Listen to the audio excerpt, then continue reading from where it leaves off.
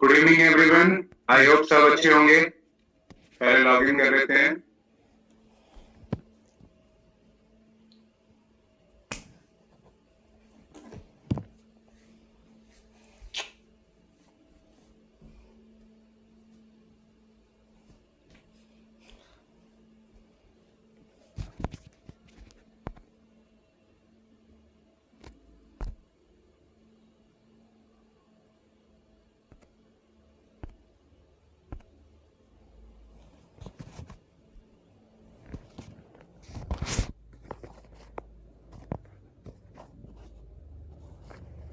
Last time हम लोग जीएससीआर one कर रहे थे।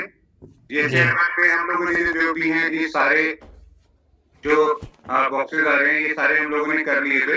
इसके अंदर जो भी आपके सेल के इनवॉइसेस बनते हैं, कोई भी क्रेडिट नोट है, डेबिट नोट है या कोई एडवांसेस रिसीव्ड हुए हैं, तो सारी डिटेल जो है वो इसके अंदर आ जाती है। एचएसएन समरी भी मैंने इसके अंदर बता दी थी। आज हम करेंगे अमेंडमेंट रिकॉर्ड्स। देखिए, अमेंडमेंट रिकॉर्ड्स के अंदर जो बॉक्सेस होते हैं वो लगभग सारे सेम ही होते हैं, लेकिन इसके अंदर जो भी आपको एडिट करना है वो आपने ध्यान से एडिट करना है। अमेंडमेंट जो होती है वो करंट इनवॉइसेस के अगेंस्ट नहीं होती है। इसलिए आपको सबसे पहले ये पता होना चाहिए कि जो भी आप अमेंड करेंगे वो अमेंड जो है वो आपके करंट इनवॉइस के अगेंस्ट नहीं होगी। अगर आप अगस्त की फाइलिंग कर रहे हैं तो अगस्त की फाइलिंग में अगर कोई गलती हो जाती है आपकी, तो अगस्त की फाइलिंग में गलती के अगेंस्ट आप अमेंडमेंट नहीं कर सकते हैं। ठीक है ना। आप अमेंडमेंट जो है वो हमेशा प्रीवियस मंथ जो होते हैं उनके अगेंस्ट कर सकते हैं। ठीक है ना। करंट मंथ के अगेंस्ट आपको हमेशा क्रेडिट नोट या डेबिट नोट ही इश्यू करना पड़ेगा। ठीक है। तो अमेंडमेंट जो है वो बेसिकली जो किया जाता है वो ज्यादातर तो है साल के बाद किया जाता है। अगर आपके साल में किसी साल आपका ओवर हो गया, जैसे कोई फाइनेंशियल ईयर आपका ओवर हो गया, उसके बाद आपको पता चला कि ये गलती थी, तब आप उसके अंदर अमेंडमेंट कर सकते हैं। और अगर ड्यूरिंग द ईयर जो अमेंडमेंट होती है वो अमेंडमेंट में अमाउंट का कोई चेंजेस नहीं आता है। वो सिर्फ जैसे अगर किसी ने पार्टी का नाम गलत डाल दिया या फिर बिल नंबर गलत डाल दिया है या टैक्सेस गलत सिलेक्ट कर लिए हैं, तो वो वाली जो चीजें होती हैं वो अमेंडमेंट हो सकती है। मैं आपको ये प्रेफर करूंगा कि अगर ड्यूरिंग द ईयर में कोई गलती आपसे हुई है तो उसके अगेंस्ट अगर क्रेडिट नोट या डेबिट नोट इशू करें तो वो ज्यादा बेटर है। उससे क्या होगा कि आपकी बुक्स का जो रिकॉर्ड है वो भी ठीक हो जाएगा। ठीक है। इसका एग्जाम्पल मैं दे देता हूँ यहाँ पे। सपोज एक इनवॉइस आपने बनाया 1 जुलाई 2025 को। ठीक है। ये आपका था B2B, यानी कि रजिस्टर्ड यूजर जो थे उसके अगेंस्ट आपका इनवॉइस था। आपने पार्टी का नाम यहाँ पे लिख दिया। उसके बाद आपका टैक्सेबल वैल्यू जो है वो 1 लाख रुपए आ गई। इसमें आपने 18% टैक्स लगा दिया और 18% जो है वो आपने लोकल जो था वो सीजीएसटी एचजीएसटी जो होते हैं लोकल वाला जो है विद इन द स्टेट वाला जो रूल था उसके अगेंस्ट लगाया है। तो मैं यहाँ लिख देता हूँ with in the state. WS का मतलब है विद इन द स्टेट। तो यहाँ पे जो होगा आपके जो टैक्स जो कैलकुलेट हो जाएगा वो हो जाएगा 9,000 सीजीएसटी, 9,000 एचजीएसटी। आईजीएसटी जो है वो 0 हो जाएगा। ठीक है ना। अब देखिए, अब इसके अंदर जो अमेंडमेंट हो सकती है वो कैसे हो सकती है। आप अगर अगस्त की फाइलिंग कर रहे हैं, अगस्त की फाइलिंग के अंदर आपको ये बात पता चली कि आपने ये गलती कर दी है फाइलिंग करने के बाद, तब आप सितंबर में जाके क्या करेंगे, सितंबर में वो गलती के अगेंस्ट या तो क्रेडिट नोट इश्यू कर देंगे या डेबिट नोट इश्यू कर देंगे। लेकिन अगर गलती माइनर है, क्योंकि अगर आपके अमाउंट सारी ठीक है, टैक्सेस अमाउंट सारा कुछ ठीक है, लेकिन आपने सिर्फ जो उसकी इनवॉइस नंबर है, यहाँ पे एक इनवॉइस नंबर भी आता है। सपोज इनवॉइस नंबर है यहाँ पे आपने डाला होता है 25। तो अगर आपने इनवॉइस नंबर जो है वो गलत डाल दिया तो आप उस इनवॉइस नंबर को वहां पे चेंज कर सकते हैं। ठीक है। अगर आपने कोई डेट गलत डाल दी है तो डेट अगर सपोज 1 तारीख डाल दी आपने लेकिन थी वो 10 तारीख की, तो वो भी आप चेंज कर सकते हैं। अगर आपने पार्टी का नाम गलत डाल दिया है तो पार्टी का नाम जो है वो भी आप उसके अंदर चेंज कर सकते हैं। इसमें अमाउंट का जो डिफरेंस है फर्स्ट वाले केस में नहीं आता है। वो ड्यूरिंग द ईयर अगर आपसे कोई गलती हो रही है, ड्यूरिंग द ईयर के बाद भी अगर आपसे कोई गलती हो रही है तो आप उसको चेंज कर सकते हैं। पहले मैं ये वाला बता देता हूँ। इसके लिए जो सबसे पहले आपको ये ध्यान में रखना जरूरी है कि जो आपने गलती करी है वो आपकी प्रीवियस मंथ की होनी चाहिए और प्रीवियस मंथ का इनवॉइस नंबर, डेट, सारा कुछ आपके पास होना चाहिए। यहाँ पे हम पार्टी नेम लिख देते हैं। आप पार्टी नेम यहाँ से आ जाएगा। सपोज आपने इस पार्टी के अगेंस्ट बनाया था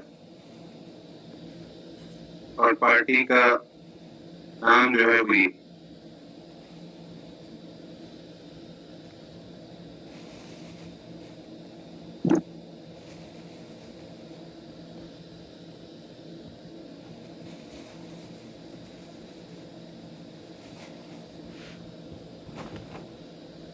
पार्टी का नाम ये आ गया और इसकी वैल्यू जो है टैक्सेबल वैल्यू वो है 1 लाख। ठीक है, तो सबसे पहले आपको क्या करना है, आपको अपने पोर्टल में जाना है। पोर्टल में अगर आप करंट मंथ की भर रहे हैं, जैसे अगस्त की भर रहे हैं, तो ये इसमें तो आपको नहीं मिलेगा अमेंडमेंट के लिए कुछ भी। अमेंडमेंट के लिए क्या जरूरी होता है कि वो हमेशा पुराना रिकॉर्ड को अमेंडमेंट करता है। अब अमेंडमेंट अगर सपोज आपने B2B में करनी है, यानी कि B2B में आपने एक इनवॉइस बनाया हुआ था, वो आपने B2B के अंदर इनवॉइस जो है वो गलत बना दिया था, उसमें आपने इनवॉइस नंबर गलत डाल दिया था या फिर डेट गलत डाल दी थी या फिर पार्टी का जो नाम है वो गलत सेलेक्ट कर लिया था, तो उसको अमेंड हम कैसे करेंगे। यहाँ पे अमेंडमेंट में जाना है, अपने इस पे क्लिक करेंगे अमेंडमेंट B2B इनवॉइसेस में। देखिए इसके अंदर अमेंडमेंट B2B इनवॉइस में सबसे पहले वो आपसे ये मांगेगा कि आपने किस फाइनेंशियल ईयर की जो इनवॉइस है उसको एडिट करना है। तो मैं आपको ये बताना चाह रहा हूँ कि आप अमेंडमेंट जो है वो सिर्फ लास्ट ईयर तक ही अमेंडमेंट कर सकते हैं, उससे लास्ट ईयर के जो होते हैं वो नहीं कर सकते हैं। सपोज अगर ये 25-26 चल रहा है तो आप सिर्फ 24-25 के ही अमेंडमेंट कर सकते हैं। अगर आप कहें कि 23-25 फाइनेंशियल ईयर जो है उसके अमेंडमेंट करने में, तो आप वो नहीं कर सकते। वो एक बार फाइल हो गए तो फाइल हो गए। तो इस बार हम 25-26 में जा रहे हैं। 25-26 का टाइम पीरियड रहता है, एक साल का जो है कम से कम आपका टाइम पीरियड होता है उसके अंदर। एक साल जो प्रीवियस ईयर जो है आपका क्लोजिंग जो हुआ है उसका आप जो भी अमेंडमेंट है वो आप कर सकते हैं। इसमें आपसे वो बोल रहा है कि इनवॉइस नंबर आपने डालना है, लेकिन इनवॉइस नंबर अगर आप करंट वाला डालोगे तो वो नहीं लेगा। सपोज मैं अगर 14 लिख देता हूँ तो वो नहीं दिखाएगा। यहाँ पे आपने 14 लिख के एंटर मारना है तो वो नहीं दिखाएगा, देखिए वो कहेगी ऐसा कोई इनवॉइस नंबर है ही नहीं है। ठीक है, तो इसके लिए आपको क्या करना पड़ेगा, आपको अपने प्रीवियस मंथ की रिटर्न में जाना पड़ेगा। आप रिटर्न में जाएंगे, ये हम अगस्त की भर रहे थे तो हम जाएंगे इस बारी जुलाई के अंदर हम जाएंगे। जुलाई में हम JCR 1 के अंदर जाएंगे। जुलाई में JCR 1 के अंदर B2B के इनवॉइसेस बने हुए दो, हम इस पे जाएंगे। इसके अंदर सबसे पहले अगर हमें ये वाला जो इनवॉइस है इसको एडिट करना है तो हम इसका GST नंबर जो है वो कॉपी कर लेंगे। ठीक है ना, सपोज ये GST नंबर हमने गलत डाल दिया था और इस पार्टी का जो नाम है ये कॉपी कर लेंगे। ठीक है, और बाकी अमाउंट जो है वो सेम ही रहेगी हमारी, बस हमने इसके अंदर जो चेंज करना है वो सिर्फ पार्टी का नाम चेंज करना है। लेकिन पार्टी का नाम चेंज करने के लिए हमें इनवॉइस नंबर पता होना जरूरी है। तो यहाँ पे अगर इनवॉइस नंबर हम चेक करें तो 07205 ये है, तो अगर आप ये डालेंगे तभी वो सर्च कर पाएगा। तो इनवॉइस नंबर यहाँ पे जो आएगा वो ये आ जाएगा। जुलाई 25 वैसे दिखा रहा है लेकिन 07, अगर हम इसको नंबर वाले फॉर्मेट में ले लें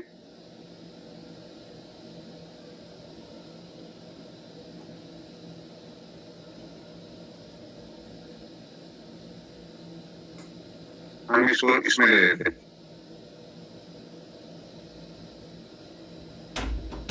ठीक है, अब हम क्या करेंगे, हमने ये वाला इनवॉइस जो है गलती से हमने जुलाई के अंदर डाल दिया था तो हम इसको एडिट करेंगे।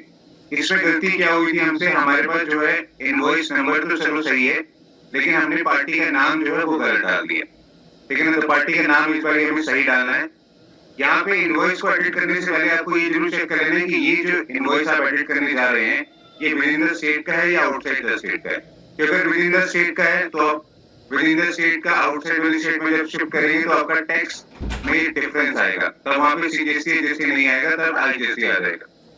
ठीक है ना, और अगर आउटसाइड द स्टेट वाले को आप विद इन द स्टेट में करेंगे तब IGST यहाँ से हट जाएगा, तब CGST आ जाएगा। तो फिलहाल के लिए मैं सिर्फ नाम चेंज करके दिखा रहा हूँ और नाम भी सेम वाले ही है, इसमें IGST लगा हुआ यानी कि आउटसाइड द स्टेट है। अब हम क्या करेंगे, हम रिटर्न्स में जाएंगे। जुलाई के मंथ का इनवॉइस था वो, हम अगस्त की रिटर्न भर रहे हैं तो अगस्त में जब हम जाएंगे JCR 1 के अंदर, अब हमने जुलाई के मंथ को इनवॉइस को एडिट करना है तो हम अमेंड रिकॉर्ड में जाएंगे। वो B2B इनवॉइस था तो इसके B2B में जाएंगे। यहाँ पे फाइनेंशियल ईयर जो है वो 25-26 सिलेक्ट कर लेंगे। इनवॉइस नंबर जो है इस बारी वो आएगा 07/2025। जैसे आप इसको एंटर मारोगे तो ये पूरी डिटेल आपके पास इनवॉइस की जो है वो ओपन हो जाएगी। ठीक है ना, अगर आप इनवॉइस नंबर गलत डालते हो तो आपके पास इनवॉइस की डिटेल जो है गलत नहीं हो, वो ओपन नहीं होगी। या फिर वो ये कह देगा कि ये तो एग्जिस्ट ही नहीं करता है। तो आपको इनवॉइस नंबर जो है वो बिल्कुल एक्यूरेटली पता होना चाहिए कि जिसको आप एडिट करने लगे। ये इनवॉइस का नंबर डालते ही ये पूरी स्क्रीन दोबारा से खुल जाती है। इसमें हमने जो चेंज करना है इस बारी, वो जीएसटी नंबर चेंज करना है, यानी कि पार्टी का नाम चेंज करना है। ठीक है, तो पार्टी का नाम जो हम चेंज करने के लिए हम क्या करेंगे, यहाँ पे अगर हम चेक करें तो आईजीएसटी लगा हुआ है, देखिए टैक्सेबल वैल्यू पे आईजीएसटी लगा हुआ है 18%। तो इस वाली पार्टी का नाम चेंज करने के लिए हम आईजीएसटी वाली पार्टी जो है वो ले लेंगे, क्योंकि वो आईजीएसटी की पार्टी थी जो हमने चेंज करना था। ये जो है ये नंबर हमने 06 जो है वो लोकल वाला ले रखा है, हम यहाँ पे आईजीएसटी वाली पार्टी ले लें, सपोज ये वाली ले लें।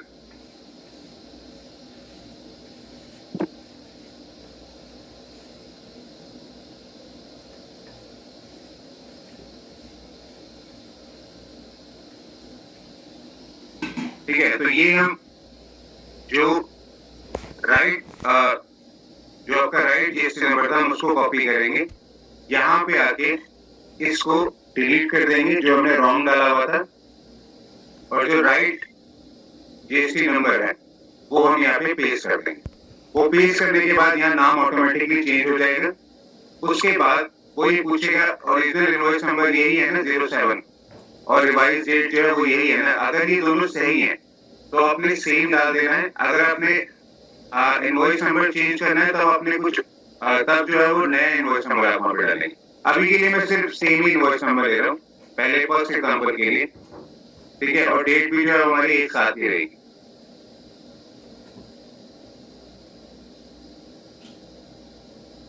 फर्स्ट जुलाई 2025। इसमें टोटल इनवॉइस वैल्यू में कोई चेंजेस नहीं है। ठीक है, टैक्सेबल वैल्यू जो है उसमें चेंजेस हो जाएंगे। इसमें जो आपकी टैक्सेबल वैल्यू आएगी वो आ जाएगी 2500। ठीक है, लेकिन यहाँ पे जो टैक्स है वो 2596 है। तो ये में भी अगर हम निकालें इसको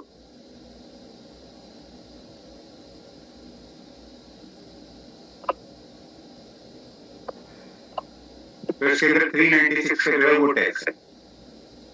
तो हमारी जो वैल्यू है वो है 2596 माइनस 396, यानी कि 2200। टैक्सेबल वैल्यू जो है वो आपकी 2200 आ जाएगी यहाँ पे, और 396 का टैक्स आ जाएगा। जब आप इन दोनों को प्लस करोगे तो सेम यही आ जाएगा टोटल इनवॉइस वैल्यू। ठीक है, अब आप इसको सेव कर दोगे। सेव करते ही आपके पास ये मैसेज आ जाएगा सक्सेसफुली वाला। तो इसमें आपने अमेंडमेंट जो करी है B2B के अंदर, ये आपने जुलाई के मंथ की अमेंडमेंट करी है। जुलाई के मंथ में आपने जो अमेंड करा है उसमें टैक्सेस और टैक्सेबल वैल्यू में कोई चेंज नहीं आया है। इनवॉइस वैल्यू इनवॉइस नंबर जो है उसमें कोई चेंज नहीं आया है। लेकिन जो चेंज आया है वो क्या आया है, वो सिर्फ पार्टी का जो नाम है वो चेंज हुआ है इसके अंदर। ठीक है ना, B2B में फर्स्ट जो केस होता है अमेंडमेंट करने वाला वो ये वाला केस हो जाता है कि आपने गलती से किसी और पार्टी का नाम डाल दिया, लेकिन आना चाहिए था किसी और पार्टी का नाम। ठीक है, तो अगर मैं सेम एग्जांपल मैं लोकल के लिए ले लेता हूँ, ये तो आईजीएसटी वाला था, तो आईजीएसटी के लिए तो ये था। अगर हम लोकल वाला लें, ये 07 था, इस बार हम 08 ले रहे हैं इनवॉइस नंबर। ठीक है, यहाँ पे हम अमेंड रिकॉर्ड करते हैं। 08 नंबर हमारा इनवॉइस नंबर था, तो यहाँ पे आ गया। यहाँ पे देखिए 06 है, तो इट मींस ये हमारा जो है विद इन द स्टेट वाली जो इनवॉइस है वो वाला है। विद इन द स्टेट वाली इनवॉइस में भी हमने सेम गलती कर दी थी कि हमने पार्टी का नाम गलत कर दिया था। या फिर इस बार अगर आप पार्टी का नाम नहीं लेना चाहते, इस बार आप इनवॉइस नंबर लेना चाहते तो इनवॉइस नंबर भी हम ले सकते हैं। मैं इस बार पार्टी का नाम ही लेना देना चाहता हूँ, और इस बार हमारे से जो गलती हुई थी वो इनवॉइस नंबर में गलती हुई थी। ठीक है ना, तो ये जब हम अमेंडमेंट करेंगे तो इसमें जीएसटी नंबर इसका तो यही रहेगा, एक्सेप्टेड नेम ये भी यही रहेगा, रिवाइज ओरिजिनल इनवॉइस नंबर जो है और ओरिजिनल इनवॉइस डेट जो है इसमें चेंजेस आएंगे। इसमें इस बारी जो इनवॉइस नंबर है वो 08 नहीं होगा, वो होगा 09। ठीक है, और डेट जो होगी वो 7 तारीख की बजाय वो 8 तारीख होगी, या फिर 9 ही डाल देते हैं हम लोग। ठीक है, इनवॉइस वैल्यू जो है उसमें कोई चेंज नहीं आएगा, ठीक है। यहाँ पे टैक्सेबल वैल्यू जो है उसमें कोई चेंज नहीं आएगा, और यहाँ पे जो सिर्फ चेंज हुआ है वो सिर्फ इनवॉइस नंबर चेंज हुआ है। कभी-कभी ऐसा होता है कि हम कोई गलत इनवॉइस नंबर डाल देते हैं जब हम डाटा को अपलोड कर रहे होते हैं, लेकिन एक्चुअली में वो जो बिल की कॉपी उस पार्टी के पास गई होती है तो उसमें इनवॉइस नंबर कोई और होता है। तो पार्टी के अंदर भी ऑब्जेक्शन उठा देते हैं कि नहीं, ये इनवॉइस नंबर तो कोई और है, आपने जो पोर्टल पे अपलोड करा है वो कोई और है, तो इसमें क्या प्रॉब्लम है? तो उस केस में क्या है कि आप ऐसे अमेंडमेंट करके उस इनवॉइस नंबर को ठीक कर सकते हैं अगर जो आपने गलत डाला है, ठीक है। तो यहाँ पे इस बार हम लोग जो इनवॉइस नंबर चेंज करा है वो 08 to 09 कर दिया, और डेट भी इस बार हमने चेंज कर दी, 7 to 9 कर दी। इसको हम सेव कर देंगे, ये मैसेज आ गया सक्सेसफुली का। तो इसमें देखिए ये भी प्रोसेस हो रहा रिकॉर्ड, तो एक बार रिफ्रेश कर देंगे।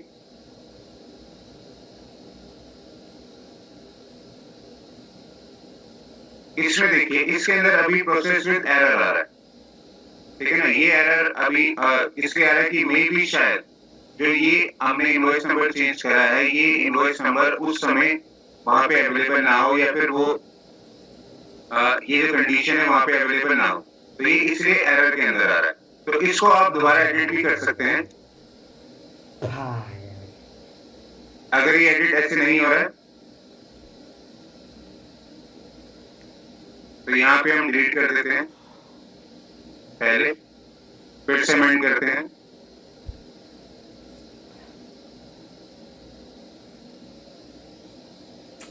सीधा इनवॉइस नंबर को चेंज करेंगे। यहाँ पे इनवॉइस नंबर जो हम 08 डाल देंगे, सपोज के लिए मैं कह रहा हूँ 08 डाल दिया, और जो डेट है वो आ जाएगी 9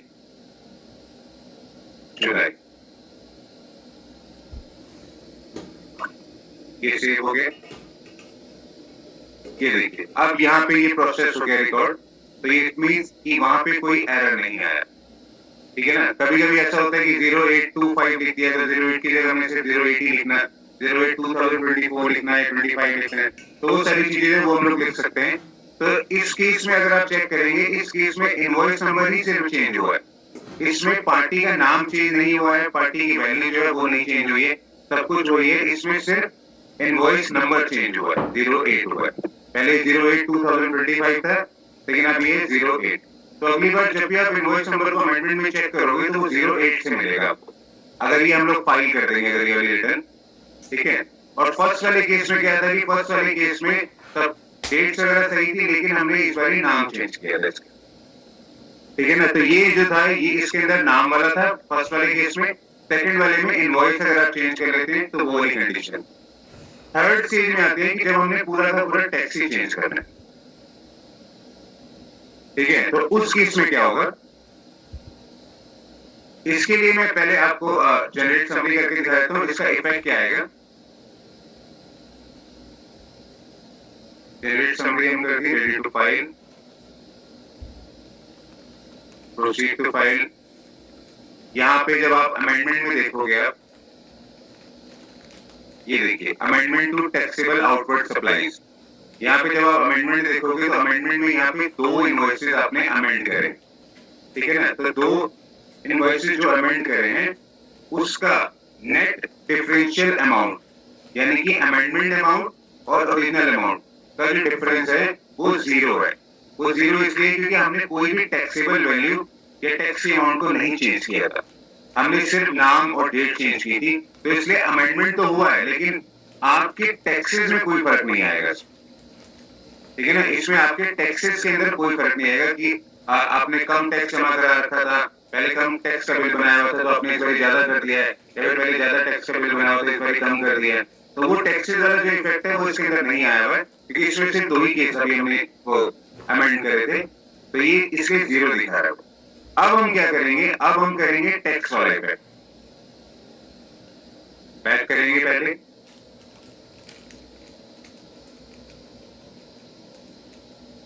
अमेंड रिकॉर्ड में जाएंगे, अमेंडमेंट बी टू बी में जाएंगे। इस बारी हम लोग जो इनवॉइस ले रहे हैं वो ले रहे हैं 06/2025, ठीक है। अमेंड रिकॉर्ड कर देंगे, अमेंड रिकॉर्ड में ये पार्टी का नाम है, जो आ रहा है ये ओरिजिनल इनवॉइस नंबर है, रिवाइज ओरिजिनल इनवॉइस डेट है, ठीक है ना। आपका इनवॉइस नंबर यहाँ पे सेम रहेगा, आपका पार्टी का नाम जो है वो भी सेम रहेगा, लेकिन आपकी इनवॉइस वैल्यू जो है उसमें फर्क आ जाएगा, ठीक है ना। इनवॉइस वैल्यू में फर्क हम क्या लेके आएंगे, 50% का। अगर हम 50% लेके चले, अभी जो यहाँ पे आ रहा है वो आ रहा है 13978, तो 13978 का अगर हम 50% निकालें तो वो हो जाएगा 6989। आपका जो इनवॉइस बनना चाहिए था वो 6989 का बनना चाहिए, टोटल इनवॉइस वैल्यू, ठीक है ना।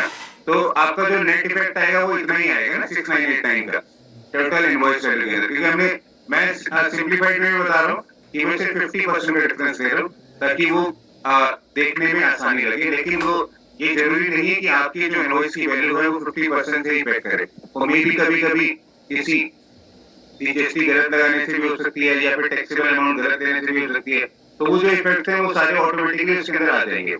लेकिन आपको ये ध्यान में रखना है कि जो आप उसको चेंजेस करने लगे हैं वो चेंजेस सही भी है या नहीं है, ठीक है। तो यहाँ पे देखिए क्रेडिट नोट डेबिट नोट में क्या होता था, मैं आपको एक बार यहाँ पे बता देता हूँ।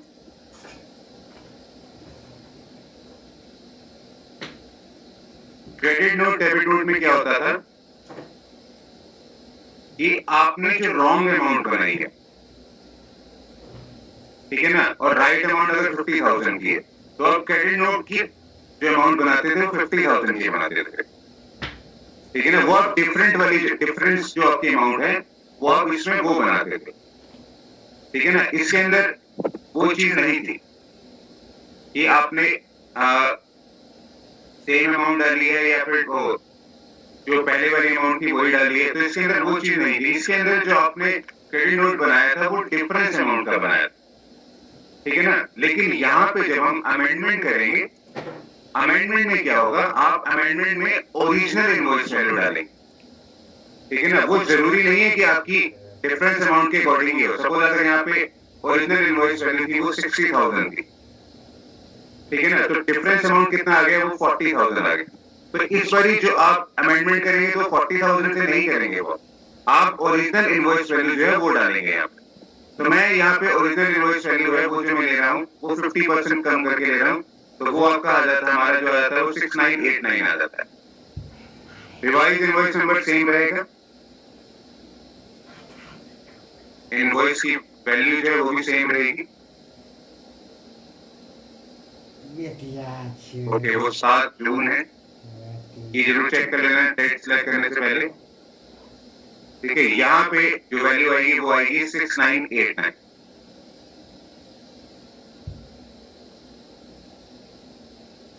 ठीक है। 6989 हमने कर दिया, यानी कि हमने पहले जो इनवॉइस बनाया हुआ था वो ज्यादा का बना दिया था, लेकिन इस बार जो इनवॉइस बना रहे हैं वो कम, वैसे जो इनवॉइस होना चाहिए था वो कम का होना चाहिए। देखिए इसमें एक कंडीशन और है कि अगर इसका ईबे बिल बना हुआ है, ठीक है ना, आपको ये ध्यान में रखना है, अगर आपके इस इनवॉइस के अगेंस्ट ईबे बिल बना हुआ है तब आप उस केस में अमेंडमेंट नहीं कर सकते। आपको ये ध्यान में रखना है कि अगर आपका इस इनवॉइस के अगेंस्ट ईबे बिल बना हुआ है तो आप उसमें अमेंडमेंट नहीं कर सकते।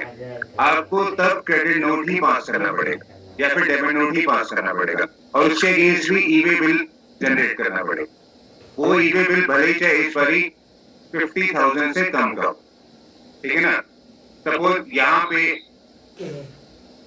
आपने जो अमेंड किया ये वाली अमाउंट जो आपने 1 लाख रुपए की बनाई हुई थी पहले, 1 लाख रुपए का जब आपका इनवॉइस बनता है तो ऑटोमेटिकली 1,18,000 हो गया, ठीक है ना। तो 1,18,000 के ऊपर तो ईबे बिल मैंडेटरी हो जाता है, ठीक है। तो अगर आप कोई भी गलती कर देते हैं इसके अंदर ईबे बिल के अंदर, जब इस बिल के अंदर अगर आप कोई गलती कर देते हैं तो आपके ईबे बिल में भी तो उतनी ही गलती होगी ना। तो ये जो दोनों पोर्टल है ये दोनों अलग अलग है, आपको ये ध्यान में रखना है।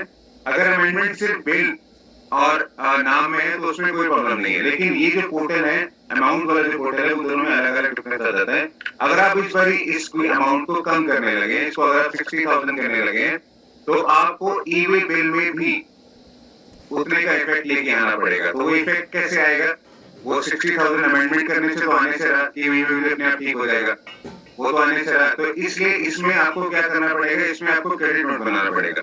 क्रेडिट नोट जब आप बनाएंगे सपोज डिफरेंस अमाउंट का 40,000 का, तो आप उसके अगेंस्ट फिर ई-वे बिल भी बना देंगे, ठीक है ना, क्रेडिट नोट का। तो उसमें क्या होगा, ई-वे बिल में पहले 1 लाख रुपए दिखाई दे रहे होंगे, फिर आपके पास 1 लाख माइनस 40,000 यानी 60,000 दिखाई देने लगे। इस बारी आप चेक करेंगे तो 40,000 का अगर हम जब बिल बनाते हैं तो उसमें ई-वे बिल की कंडीशन तो मैंडेटरी होती ही नहीं है ना, वो 50,000 से ऊपर वाले होते हैं। तो इसमें तो 40,000 पहले तो हम क्यों ई-वे बिल बनाए, कई लोग ऐसे सोचते हैं हम क्यों ई-वे बिल बनाए, तो ऐसा जरूरी नहीं है, वो ई-वे बिल तब बनेगा उसके अंदर।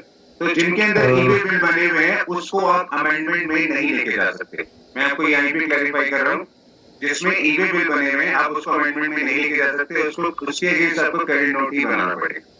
सर यहाँ पे क्वेश्चन भी है जी कि आपका टैक्स इनवॉइस जो है आपका जो टैक्स इनवॉइस जो वैल्यू है वो 1,18,000 रुपए है जी, ये हमारा राइट बिल है, हमने इसे बनाया है, बिल की कॉपी हमारे पे 1,18,000 रुपए नेट इनवॉइस आ रहा है वैल्यू। अब जी। जब हम पोर्टल पे जाके पुट करते हैं तो हमने मान लीजिए सपोज बाई चांस हमने गलती कर दी, टैक्स वैल्यू हमने गलत डाल दिया या टोटल वैल्यू हमने गलत डाल दिया, नहीं, पोर्टल पे इनवॉइस आपने इनवॉइस ही गलत बनाया हुआ है, आपने इनवॉइस ही गलत बनाया हुआ है, तो आपने पोर्टल में भी सेम इनवॉइस वही डाल दिया, ई-वे बिल में भी वही डाल दिया आपने। आपने फाइलिंग करने के बाद आपको पता चला ना कि ये गलत हो गया सारा कुछ। हमारे पास कई बार ऐसा होता है सर कि कई टैक्स रेट के जो मिक्स बिल बनते हैं 5%, 12%, 18% पे, तो वहाँ पे कई बार हम रिटर्न की पोर्टल पे देखे जाते हैं, B2B पे जब हमें शो होता है वहाँ पे, उस कंडीशन पे कई बार ऐसा होता है कि नेट वैल्यू अलग आ रहा है बट जो टैक्सेबल वैल्यू है वो अलग आ रहा है। तो जो टैक्सेबल वैल्यू है वो बिल से मैच हो रहा है बट जो नेट वैल्यू है वो डिफरेंस आ रहा है। हाँ, तो उस केस में तो आपको अपना डाटा ठीक करना है ना, जो पोर्टल पे आप डाल रहे हो। तो उस केस में हम टैक्स वाइज ही जो हमारा नेट वैल्यू आएगा हम वो उठाते हैं, पोर्टल पे गलत आ रहा है उससे हमसे मतलब नहीं, तो सामने वाले ने गलत डाला है। सामने वाले ने गलत डाला है मतलब, एक मिनट मुझे ये पहले कंप्लीट करने दीजिए, इसके बाद करते हैं। इसमें देखिए जो मैं अभी बता रहा था, इसमें ये है कि 1 लाख रुपए, एक मिनट पहले मुझे ये वाला पॉइंट बताने दीजिए, इसके बाद मैं पूछता हूँ। इसमें क्या है कि अगर ई-वे बिल बना हुआ है तो आप अमेंडमेंट नहीं कर सकते हैं, मैं आपको पहले ही बता रहा हूँ। अगर ई-वे बिल बना हुआ है तो अमेंडमेंट नहीं कर सकते हैं, अगर ई-वे बिल नहीं बना हुआ है तो अमेंडमेंट कर सकते हैं। तो इस बार जो अमेंडमेंट हो रही है वो अगर हम चेक करें यहाँ पे 13,000 समथिंग का मिलता है, 13,000 रुपए वाली में हमने जब अमेंडमेंट करी थी, हम लोगों ने 50% की अमेंडमेंट ले ली है, तो यहाँ पे 6989 जो है वो हमारी इनवॉइस वैल्यू होगी। नाम यहाँ पे सेम रहेगा, इनवॉइस नंबर जो है वो भी सेम रहेगा, डेट सेम रहेगी। यहाँ पे 18% जो आपका ये आ रहा है टैक्सेबल वैल्यू, इसमें भी 50% कम हो जाएगा, यानी कि 11,846 को हम डिवाइड 2 से करें तो यहाँ पे 5,923 हो जाएगा।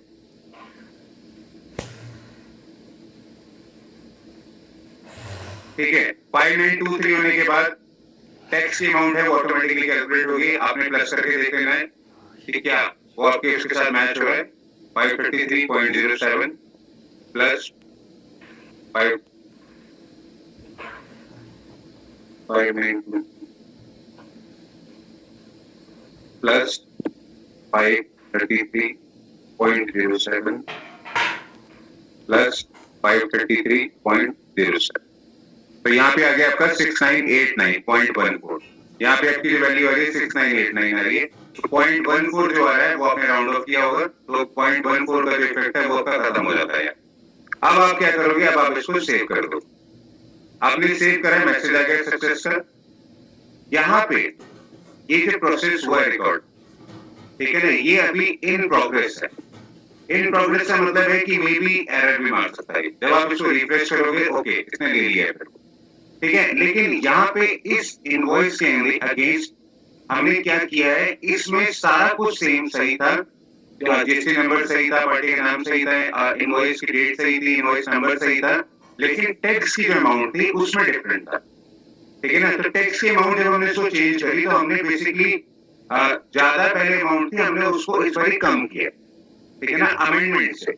हमने कोई क्रेडिट नोट नहीं बनाया, हमने कोई डेबिट नोट नहीं बनाया, हमने अमेंडमेंट से जो है उसको चेंज किया है, ठीक है ना, क्योंकि हमारे सॉफ्टवेयर में ईवी बिल बना ही नहीं हुआ था। हमारे पास छोटे बिल थे तो छोटे बिल को अमेंडमेंट हम कर सकते हैं, या फिर हमने जो भी फाइलिंग करी थी तो उसमें फाइलिंग में हम लोग को अमेंडमेंट का इफेक्ट मिल जाएगा। हम लोगों ने उस इनवॉइस को डायरेक्टली चेंज कर दिया, ठीक है ना, वो इनवॉइस नहीं था तो इसमें हमने उसको डायरेक्टली चेंज कर दिया उसको। तो इसका इफेक्ट क्या आएगा आपके पास, आपने पहले ज्यादा टैक्स भरा हुआ था, ठीक है ना, क्रेडिट और डेबिट तो कोई बनाया नहीं, आपने इस बार डायरेक्टली इनवॉइस को ठीक कर दिया अपने बुक्स में। आपने जो भी आपने कोई सॉफ्टवेयर यूज कर आपने डायरेक्टली उसको उसी में चेंज कर दिया, चाहे वो 1 महीने पहले का था चाहे 2 महीने पहले का था, ठीक है ना, क्रेडिट और डेबिट नोट नहीं बनाया। तो अमेंडमेंट में आके आपने वो इनवॉइस को भी चेंज कर दिया। तो अमेंडमेंट में जो आपने चेंज किया तो इसका इफेक्ट ये आएगा कि पहले आपने ज्यादा का टैक्स डाला हुआ था, ठीक है ना, तो इस बार आपने कम का टैक्स बना दिया, तो आपको जो भी एक्सेस टैक्स आपने भरा हुआ था वो आपको रिफंड मिलना चाहिए ना। तो जब आप जनरेट समरी करेंगे, इसका इफेक्ट यहाँ पे क्या आएगा वो मैं आपको बता देता हूँ। इस बार यहाँ पे जो इफेक्ट आया है वो ये आया है कि नेट डिफरेंशियल अमाउंट, यानी कि अमेंडमेंट माइनस ओरिजिनल, यानी कि ओरिजिनल में से अमेंडमेंट करा है या अमेंडमेंट से ओरिजिनल करा है, जो भी नेट इफेक्ट आ रहा है उसके अगेंस्ट यहाँ पे -5923 -533 -533, यानी कि टैक्सेबल अमाउंट कम हो गई है, जीएसटी कम हो गया है, एचजीएसटी कम हो गया है।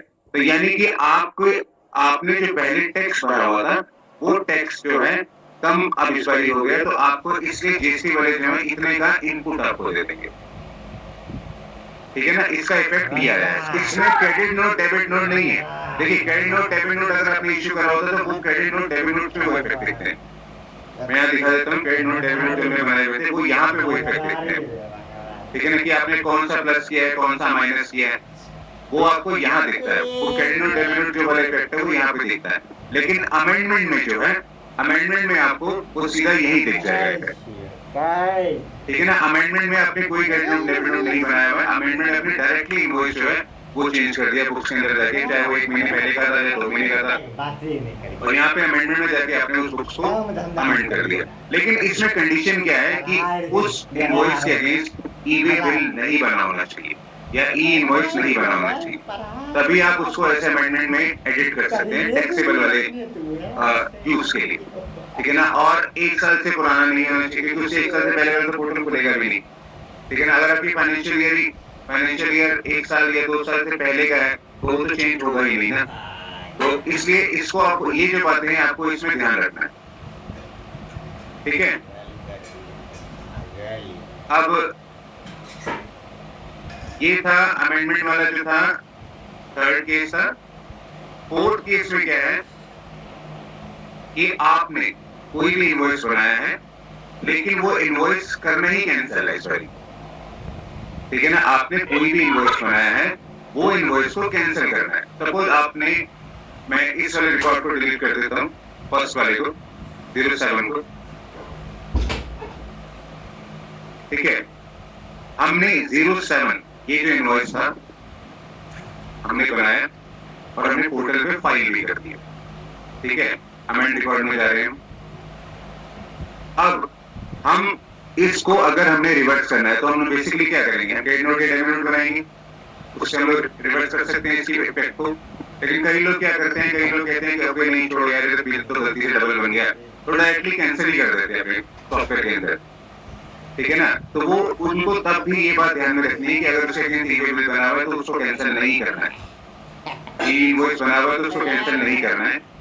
आपके पास अगर ईवे बिल नहीं बना हुआ है तो आप उसको डायरेक्टली चेंज कर सकते हैं उस कंडीशन में। लेकिन राइट प्रोसीजर तो यही है कि आप credit note debit note issue करें तो ज्यादा बेटर। अमेंडमेंट वाला जो होता है वो नाम या इनवॉइस नंबर जो है उनमें बेटर रहता है, लेकिन राइट प्रोसीजर तो यही है credit note debit note issue करें तो ज्यादा बेटर है। लेकिन साल अगर ऊपर हो गए तब उस केस में आप अमेंडमेंट में जा सकते हैं, ठीक है। इस बारी क्या होगा, इस बारी आपने इस बारी क्या होगा कि इस बारी आपने जो बिल था वो पूरा ही कैंसिल कर दिया, ठीक है ना। पोर्टल पे आपने बिल डाला होता है लेकिन पोर्टल पे आप उसको कैंसिल कैसे करोगे, आप क्रेडिट नोट डेबिट तो बनाएंगे, तो उसमें क्या करोगे, आप सब कुछ वही रखोगे, पार्टी का नाम वही है, डेट इनवॉइस सब कुछ वही है,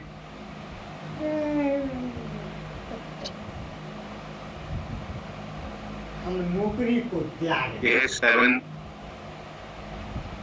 ओके, ये है 17 सब कुछ वही है, लेकिन इस बारी टोटल इनवॉइस वैल्यू जो है आप इसको कर दो 0।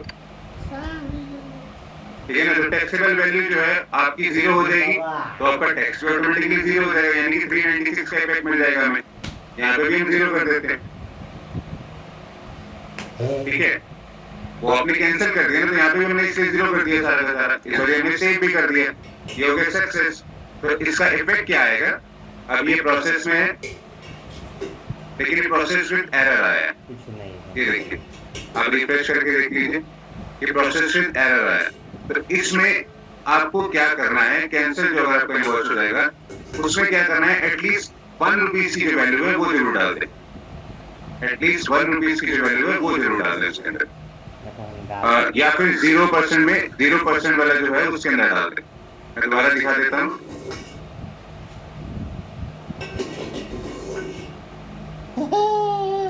Hello, good evening sir. Good evening. 1 minute sir, बस एक ये वाला खत्म होने दीजिए, इसके बाद मैं बता दे रहा हूँ। Okay sir. इसमें आपका जो इनवॉइस नंबर है सेम है,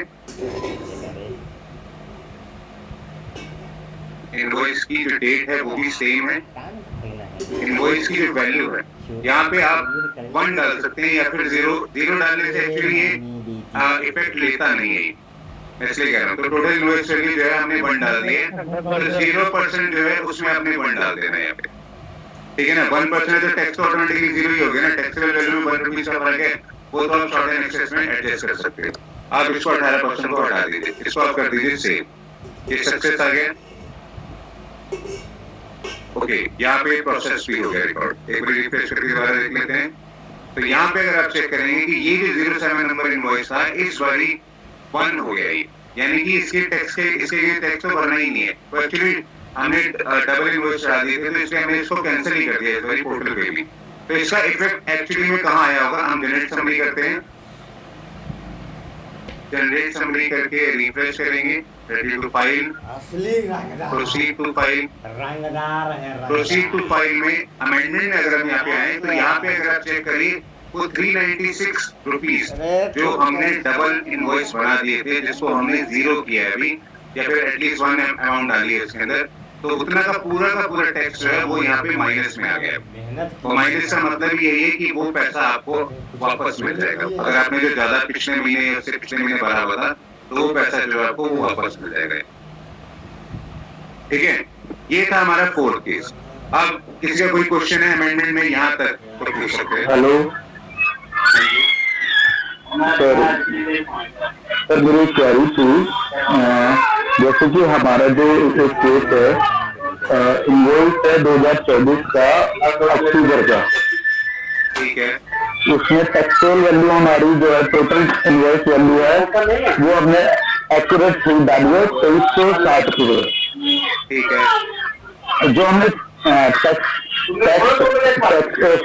टोटल वैल्यू हमने 2360 डाल दी है, जो हमारी टैक्सेबल वैल्यू है वो हमारे से बाय मिस्टेकली हो गई, वहाँ पर 2000 रुपये डाल देते हमें 18% का आइटम था, बट वहाँ पर हमने 2000 के 20,000 रुपये पुट कर दिए हैं। ठीक है, और टैक्स सर टैक्स 3600 रुपये पुट हो गया है IGST केस है सर। इस केस में हम अगर अमेंडमेंट करते हैं, ठीक है, तो सर वो किस अकॉर्डिंगली होगी वो आप मुझे एक बार बता देंगे सर। देखिए अगर आपका फाइनेंशियल ईयर कौन सा है, वो करंट वाला है सर 24-25 सर अक्टूबर तो अभी आया नहीं, प्रीवियस फाइनेंशियल ईयर है ना, तो प्रीवियस फाइनेंशियल ईयर के अगेंस्ट आप अगर क्रेडिट नोट इशू करना चाहते हैं उस पार्टी को, क्रेडिट नोट इशू कर दीजिए। सर बस पार्टी को इनपुट लेके किया उतना अपना एक्यूरेट अमाउंट का बाय मिस्टेक हमारे से।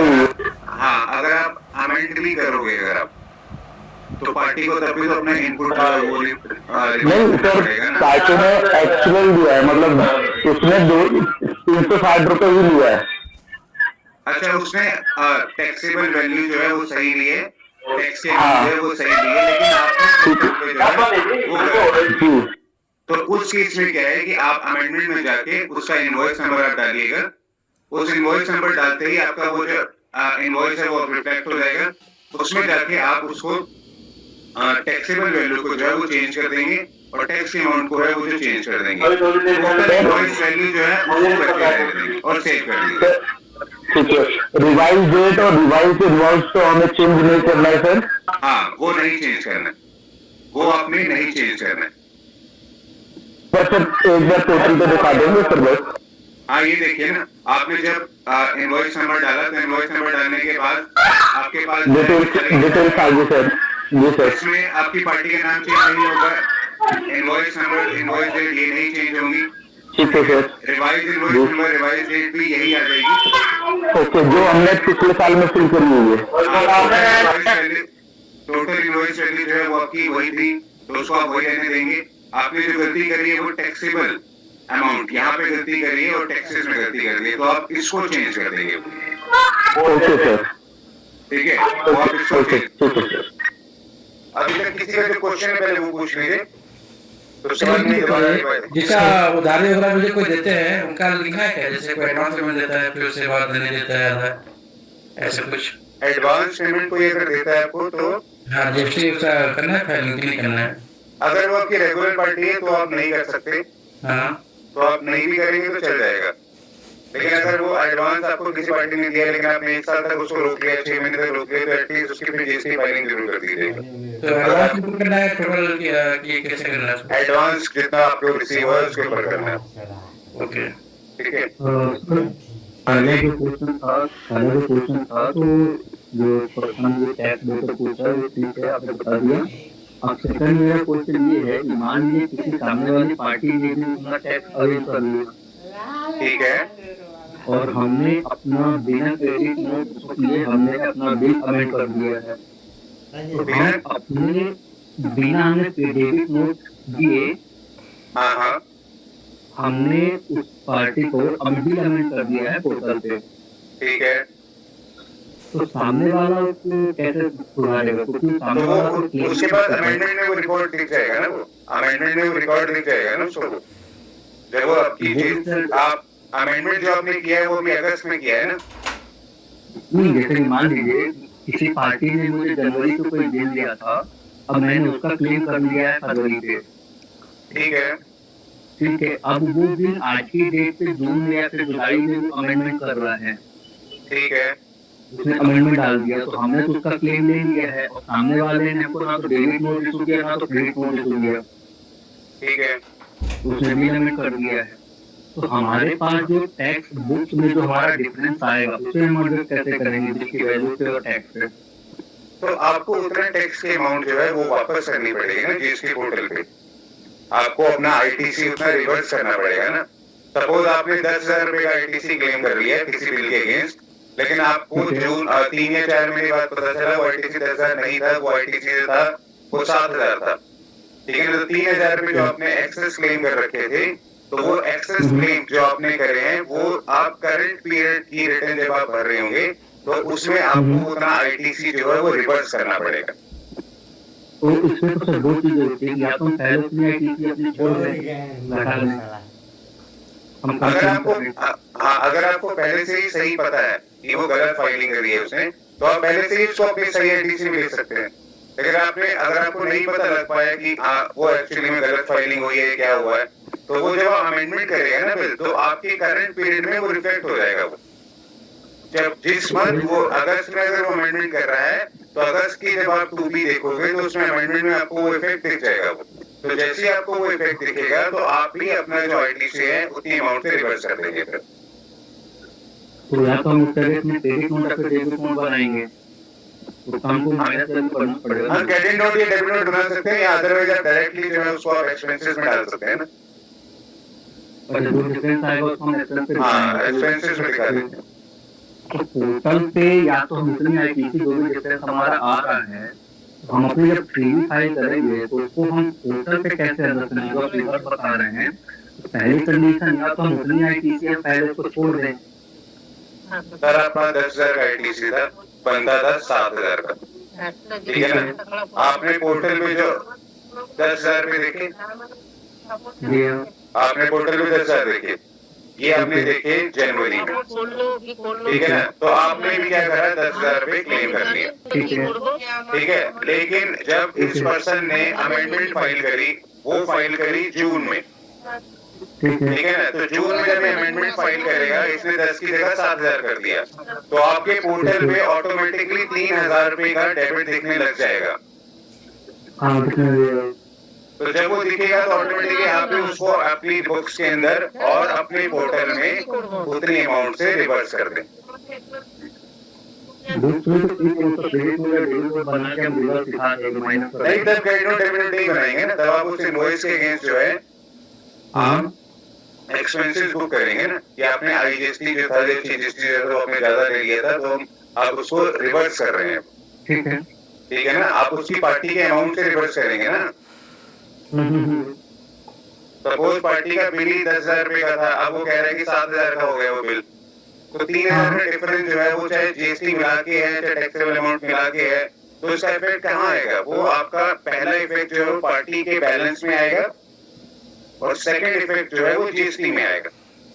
पार्टी को जब आप पेमेंट करोगे तो 7,000 ही करोगे ना, फिर पार्टी को 10,000 तो नहीं करोगे ना। पार्टी को जब आप पेमेंट करोगे तो 7,000 ही तो करोगे ना सर, अगर वो अमेंडमेंट कर देता है। नहीं, उसने तो हमको देखिए, आपने कोई बिल अमेंड कर दिया है, बाई मिस्टेक उसने कुछ चीजें की थी, गलती कर दी है, या फिर अमेंड कर दिया, अमेंड कर दिया, बाद में सुधार कर दिया, बिना credit note debit note issue किए, तो आप पहले उससे कम्युनिकेशन करेंगे ना, आप पहले उससे कम्युनिकेशन करेंगे ना कि हाँ क्या हुआ है, क्यों एडिट हुआ है, क्यों अमेंडमेंट करा है। आप पहले कम्युनिकेशन तो करेंगे या नहीं करेंगे? हाँ, वो चीज हम करेंगे। अगर वो आप श्योर हो गए, अगर आप श्योर हो गए तो आप रिफेक्ट ले लोगे अपने जीएसटी पोर्टल पे उसके अकॉर्डिंग। अगर आप श्योर नहीं हो तो फिर आप डिस्प्यूट में फंस जाओगे। और अगर वो कोई ऐसा रीजन नहीं बता रहा है कि वो वैलिड पॉइंट है हमारे लिए, पोर्टल पे उसने फाइल कर लिया है, या डेट निकल रही है, या फिर कुछ चीजें ऐसी हो रही है, हमको कुछ महीने लेना है, तो उस केस में डिस्प्यूट में आप फंस जाओगे ना। आपको तो अपने पोर्टल के अकॉर्डिंग ही डाटा करना है। आपकी बुक्स में जो इफेक्ट आ रहा है वो आप भले जो पार्टी के अगेंस्ट जो है बैलेंस इकट्ठा कर सकते हो कि हम इसको पेमेंट नहीं करेंगे, या पोर्टल पे इसने कम डाला हुआ तो हम 10,000 की पेमेंट नहीं करेंगे, हम 7,000 की करेंगे। आप समझ रहे हो ना, 3,000 का डिस्प्यूट है वो, तब आप अपनी पार्टी के अगेंस्ट भी तो ओपन कर सकते हो ना फिर। और दूसरी चीज, अगर मान लीजिए कि बाई चांस हमने अमेंडमेंट अभी दिख रहा है, हम कम्युनिकेट कर रहे हैं, बट सामने वाला की लाइन पे नहीं आ रहा है, कुछ भी चीजें हैं, और हमारी डेट निकल रही है, क्योंकि सीवी की लास्ट डेट होती है, निकल रही है, तो हमने रिटर्न फाइल कर दिया, बस उस बिल को हमने एक्सेप्ट नहीं किया, क्योंकि आईएमएस पोर्टल पे दिखता है। अब तो अगर एक्सेप्ट नहीं किया तो उसकी अमेंडमेंट भी जो है वो हट जाएगी।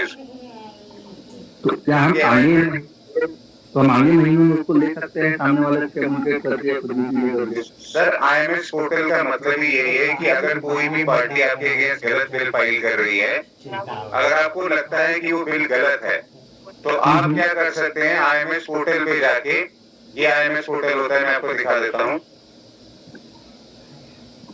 ये आईएमएस डैशबोर्ड पे होता है। यहाँ पे जाके सपोज इनवर्ट सप्लाईज है, अगर आपको लगता है कि हाँ, तो इसमें एक्सेप्ट या वो इसमें ऑप्शन आती है कि एक्सेप्ट करना है या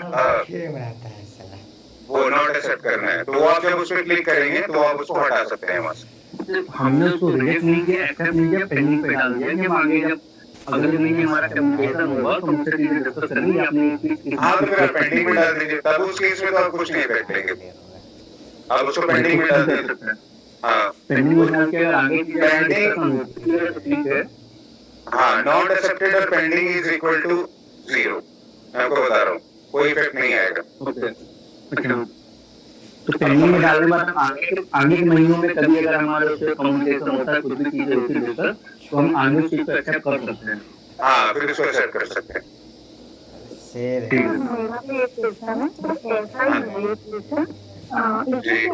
सामने वाले को कम दे दिया और हमको ज्यादा दे दिया, और उन्होंने ले लिया है तो फिर क्रेडिट नोट उन्होंने हमको भी नहीं दिया है, और हमने अपनी ओर से भी उनको नहीं ले लिया है। तो उसको मम्मी ने नेक्स्ट मंथ में लेंगे, तो हमने तो वैसे भी करंट इसमें उसको प्रेस मंथ में तो जीएसटी पे कर दिया है ना, तो उसका इफेक्ट करंट मंथ में कैसे मिलेगा? करंट मंथ में ऐसे मिलेगा ना जब उसने फाइलिंग करी थी, वो फाइलिंग तो गलत करी है ना उसने, हाँ वो फाइलिंग गलत करी है तभी तो आपने उसके अकॉर्डिंग जो है आईजीएसटी लिया या इनपुट लिया या जीएसटी लिया जो भी है, ठीक है ना। लेकिन अगर उसको बाद में पता चलता है कि ये बिल गलत फाइल कर दिया है पोर्टल के ऊपर, ठीक है ना, तो वो अपने टैक्स को वापस लेगा ही ना। ऐसा तो है नहीं कि ज्यादा टैक्स दे देगा गवर्नमेंट को, हाँ वो तो टैक्स तो है। वापस लेगा ही। तो टैक्स वापस लेने के लिए उसे दोनों में से कोई एक रीजन चुनना पड़ेगा, या तो क्रेडिट नोट दे दे या फिर अमेंडमेंट कर दे।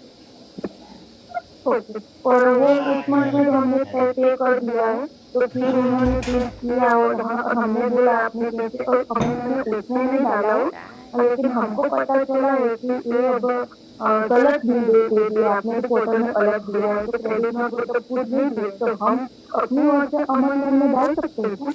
नहीं, अपनी ओर से अमेंडमेंट नहीं डाल सकते।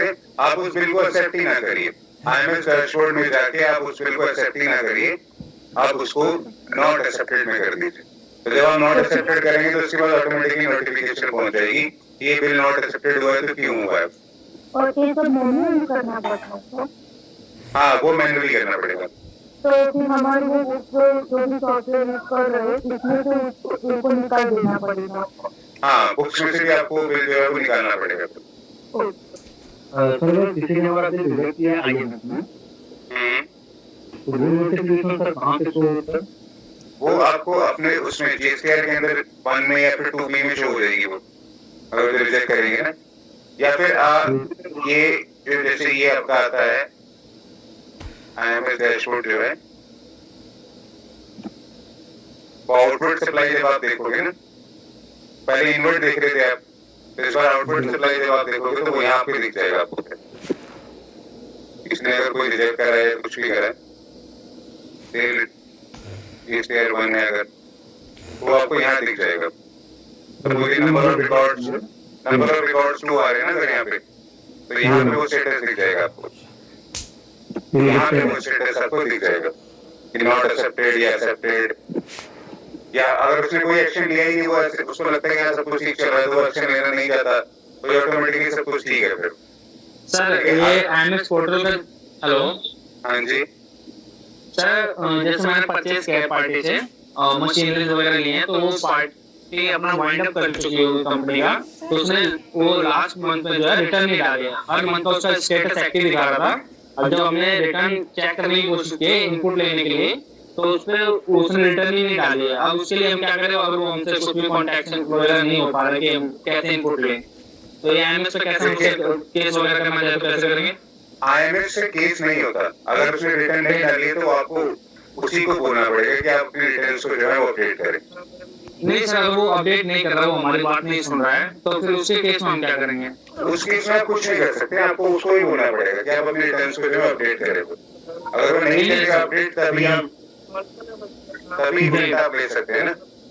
हाँ, तो नहीं मतलब जैसे मान लीजिए सर, वैलिडिटी उसने इनवॉइस काट के दिए हैं, लेकिन सब कुछ किया है, लेकिन वो पोर्टल पर वो रिटर्न नहीं डाल रहा है, वो कंपनी अपनी वाइंड अप कर चुका है।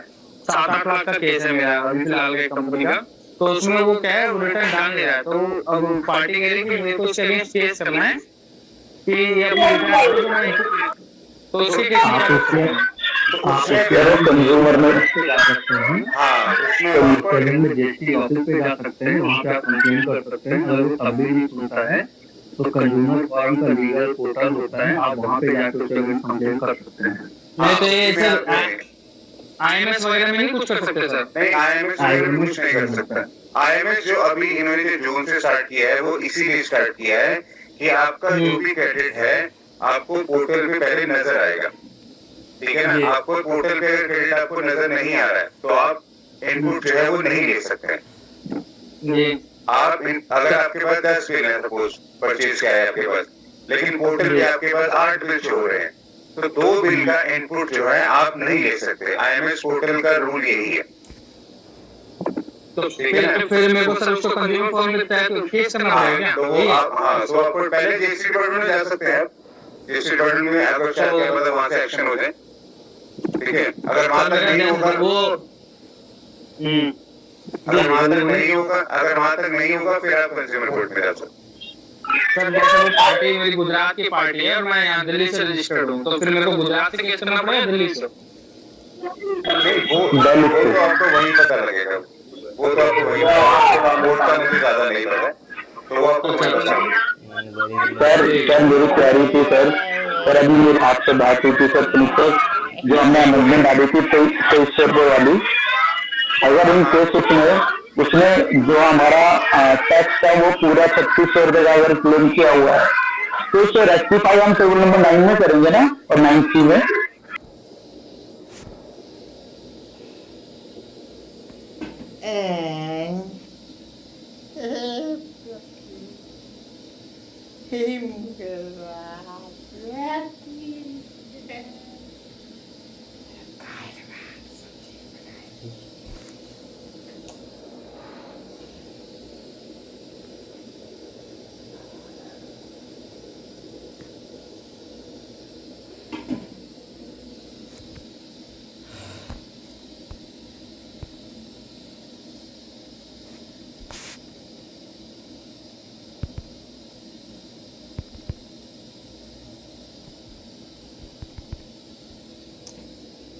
अरे यार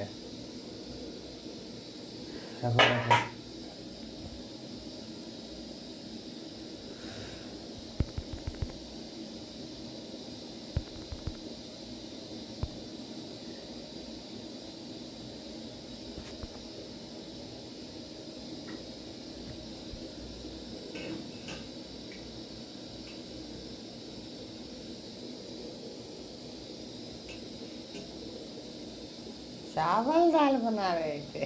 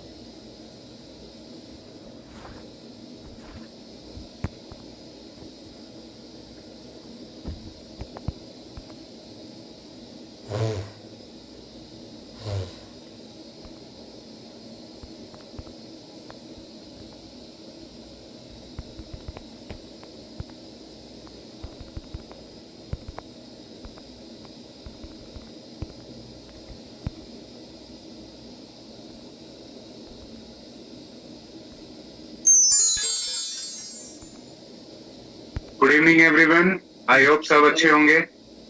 पहले लॉगिन कर लेते हैं।